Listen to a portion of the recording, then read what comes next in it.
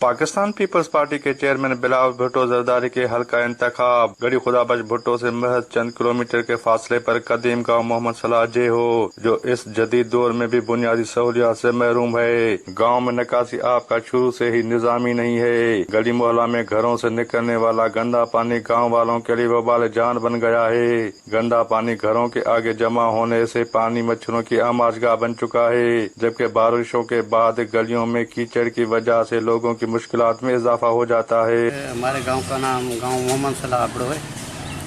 یہاں پہ ڈرینیج کا سسٹم تو بالکل ہے ہی نہیں، بالکل کہیں پہ بھی آپ کو نالی وغیرہ بنی ہوئی نظر ہی نہیں آئے گی۔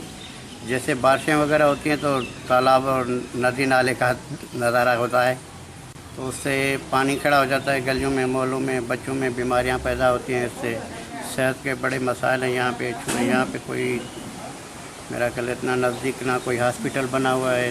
کاتے پو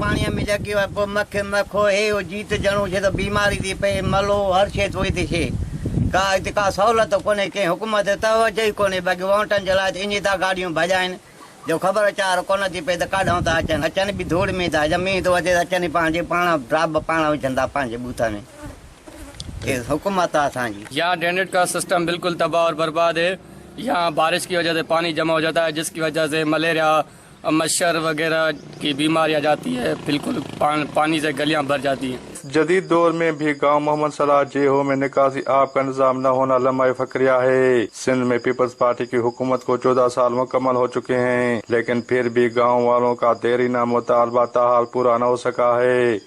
کیمرہ مین شہریار لوڈو کے ساتھ نثار لور، وش ٹی وی، لاڑکانہ۔